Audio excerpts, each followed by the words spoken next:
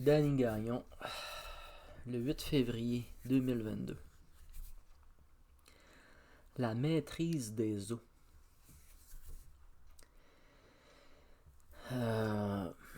J'ai commencé à prendre soin de moi, à faire plus attention, puis j'ai été chercher de l'aide pour mon estomac, mes brûlements d'estomac, mon acidité, mes problèmes de foie. Donc, j'ai compris beaucoup de choses au niveau de l'alimentation, mais surtout de l'émotion. Et je l'ai compris davantage quand j'ai été à la rencontre, si on peut dire, d'une autre rencontre, d'un autre traitement, si on peut dire, de des problèmes au niveau digestif, des intestins. Et à parler avec la personne à qui j'ai été chercher de l'aide, si on peut dire, ce que j'ai compris, ce que j'ai observé, c'est que c'est comme si j'avais des pierres qui créaient un barrage et qui bloquaient les énergies. Ça créait des blocages. Ça créait des blocages au niveau de ma circulation, de mon alimentation, de mon énergie et de mes émotions. Et avec du recul, avec quelques semaines et un mois ou deux, ce que j'observe aujourd'hui, c'est que notre ventre est comme un lac, un réservoir d'eau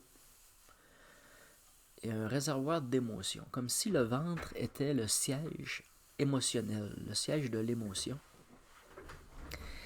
Et nous devons faire la gestion de nos eaux intérieures, de notre monde de l'eau, de gérer nos émotions et de gérer cet univers qui est à la fois au travail, familial, social, en totalité, crée un monde qui est comme dans une boule liquide et qui est comme un peu notre ventre. Alors, comment se comporte-t-on au travail, dans notre société et en famille? Comment gérons-nous cette eau, cette masse d'eau? Que laissons-nous passer? Ou qu'est-ce qui crée des blocages? Avons-nous des fuites énergétiques ou des blocages énergétiques? Donc,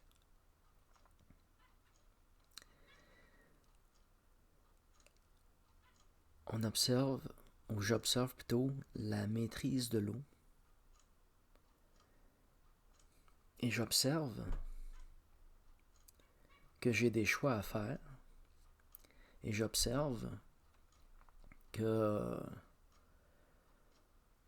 la société dans laquelle je suis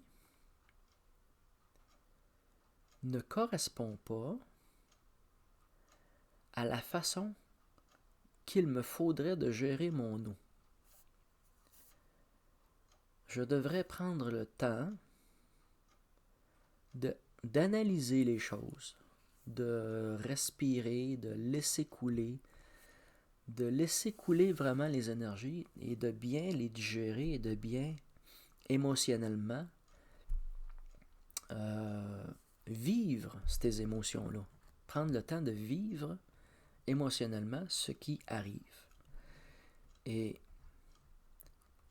j'observe que la société ne correspond pas à une santé émotionnelle. Comme si la société était une société fast-food. Comme s'il fallait vivre à toute vitesse, dans des cadres, et que nous sommes un peu comme compressés et précipités. Nous sommes précipités dans le temps, dans un temps illusion, dans une illusion. Nous sommes précipités dans une illusion et nous ne vivons pas nos émotions convenablement dans le temps.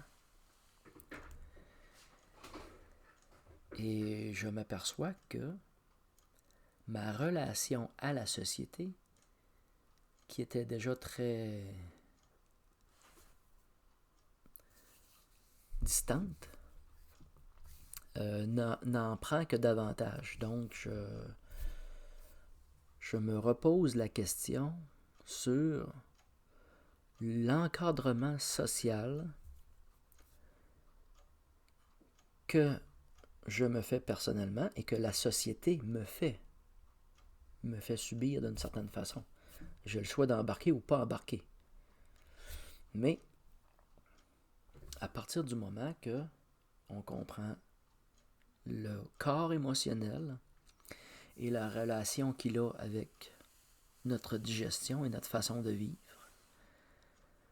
on devient dans une position qui se rapproche de la maîtrise, de l'écoute de soi, de l'écoute des autres,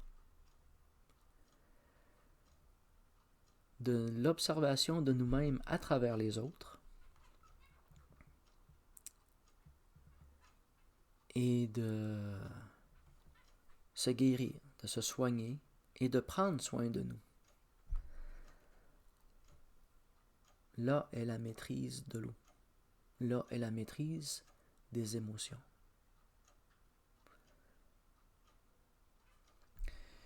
C'est une petite vidéo très courte. Je vais maintenant vers ma vidéo qui est principale, celle de la science des cadres et des contrats d'âme. Et je vous remercie pour votre instant que vous avez pris à m'écouter. Merci.